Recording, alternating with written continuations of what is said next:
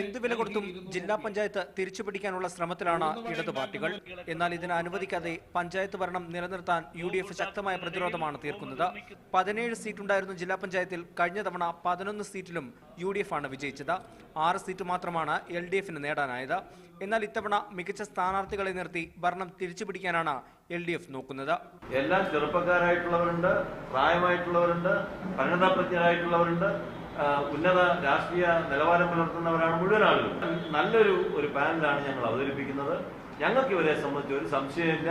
Seat വിഭജനത്തെ ചൊല്ലി UDFിലും കോൺഗ്രസിലുമുണ്ടായ തർക്കങ്ങൾ ഇടതുപക്ഷത്തിന് കൂടുതൽ പ്രതീക്ഷ നൽകുന്നുണ്ട്.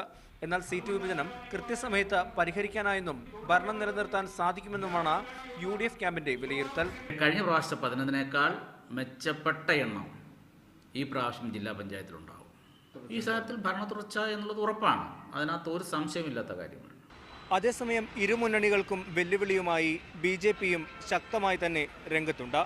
പാർലമെന്റ് തെരഞ്ഞെടുപ്പിൽ വോട്ട് ഷെയറിലുണ്ടായ വർധനവും SNDPയുമായുള്ള ബന്ധവുമാണ് ഇവർ ഉയർത്തിക്കാട്ടുന്നത്.